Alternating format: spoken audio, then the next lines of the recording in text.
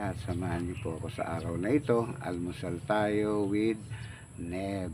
At kasama pa rin po natin ang ating Panginoon na siyang maggagabay sa mensaheng matatanggap natin sa mga oras na ito. Ang ating pong topic ay tungkol po sa pag-ibig. No po? So, ano ho ba ang tunay na pundasyon ng isang pagmamahalan? Kasi tayong mga tao, pag naririnig po natin ang salitang pag-ibig, ano po ang unang pumapasok sa isip natin? Yung pong tamis, no? Sweetness, yung pong kilig, no? Yung pong caring, yan po yung pag-aalala, no? So, yan po agad ang mga pumapasok sa utak natin at sa puso natin. Pero ang tunay pong pag-ibig ay hindi lamang po dyan nasusukat. Nasusukat din po ito kung saan dumaranas tayo ng pain, ng sakit, no? At pagtitiis, no? Kasi itong mga ito ang siyang tunay na pundasyon ng ating pagmamahalan. Kung minsan nga po merong mga taong dumarating sa buhay natin na siya namang mahal mo talaga, pero nawawala din po, no? Nawawala po ito o lumilisan, umaalis, hindi dahil para matapos ang pagmamahalan, kung hindi para patibayin po ang pundasyon ng inyong pagmamahalan. Basahin po natin ang 1 Corinthians 13:7. Ang sabi dito, ang pag-ibig ay nagtatakip ng lahat ng bagay, pinaniniwalaan ang lahat ng bagay, inaasahan ang lahat ng bagay, tinitiis ang lahat ng bagay. Pag atin po itong pagnilayan, ano?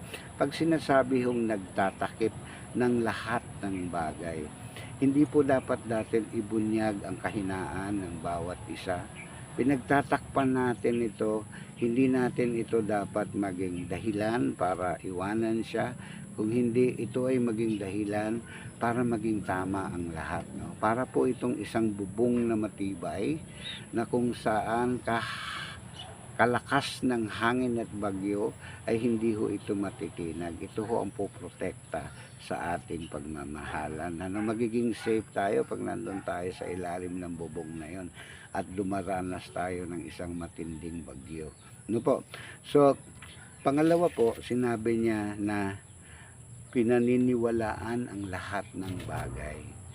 Ang paniniwala po dito is hindi gullible, no? Yung madali tayong maniwala o kahit maniwala tayo sa isang mali. Hindi po ganon. Dapat maniwala tayo kung ano yung tama nating gawin. Paniwalaan natin na lahat ng ginagawa natin ay naaayon sa kalooban ng ating Panginoong Hesukristo. Hindi ba? No?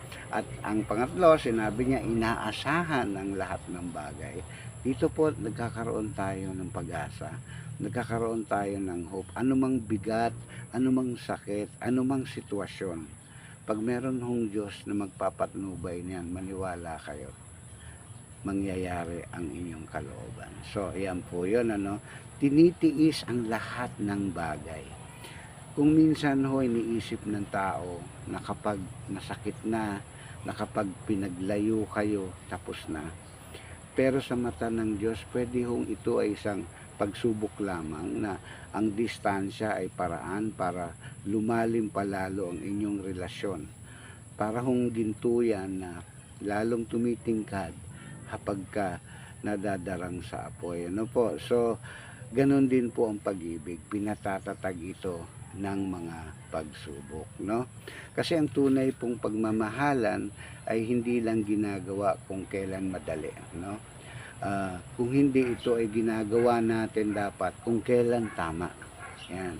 So kung kailangan natin maghintay para maging tama, para maging maayos at kalooban ng Diyos ang ating relasyon, yun ho ang tanda ng tunay na pagmamahalan. Isa nga pong kwento ang isi-share ko sa inyo. May dalawang tao, tunay namang nagmamahalan po, ano? Masaya sila sa bawat araw na sila ay magkasama, nagkukwentuhan sila sa gabi hanggang sa pagtulog. Napapangiti pa rin sila kahit na sila ay pagod na at may mga pinagdadaanan. Pero isang araw, darating na lang ang panahon na kailangan nilang maghiwalay, no? Hindi dahil hindi na nila mahal ang isa't isa, hindi dahil may iba na silang mahal, kundi dahil nais nilang maging tama sa harap ng Diyos. At napakasakit naman po talaga niyan, ano. Puwede kang umiyak, lumuha ng isang balde, sabi nga nila, pero mas pipiliin na rin natin ang masaktan sa ngayon kaysa magkamali tayo habang tayo'y nabubuhay. Ano po? Kaya sa halip na magalit tayo sa sitwasyon, magreklamo tayo, tayo po ay manalangin, no? Ibigay natin ito sa Diyos. Sa halip na sumuko ka at sige, ganun na lang, umasa po tayo. Kasi yun po ang sabi ng salita, there is hope, di ba? Huwag susuko sa bagyo. At sa mga araw pong lilipas, tandaan natin, natututo tayong magmahal, hindi lang dahil sa presensya ng taong minamahal natin, matututo tayong magmahal sa Panginoon dahil sa panalangin at pagtitiwala sa ating Diyos. Diba? Mga kapatid, ang ganda po ng ating kwento, no? So, hindi po pala hadlang ang sakit para masabi nating tapos na ang pag-ibig. Sa halip, ito ay isang matibay pong ebidensya na ang ng pagmamahalan natin ay totoo at nakatayo, no, sa matibay na pundasyon.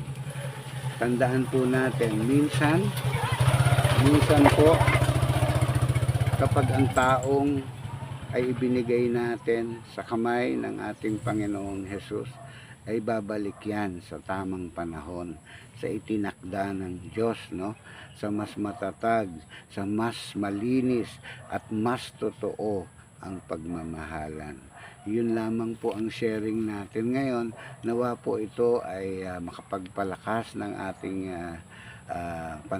pananampalataya sa Panginoon, kung ano man po ang mga sakit na nararanasan natin sa ating pag-ibig, sa ating relasyon, ay maibsan po ito kasi ganito tayo kamahal ng ating Diyos. At samahan niyo po ulit ako bukas, no? Hanggang dito na lang po. God bless po sa ating lahat at ibalik po natin ang kapurihan sa ating Panginoong Hesus.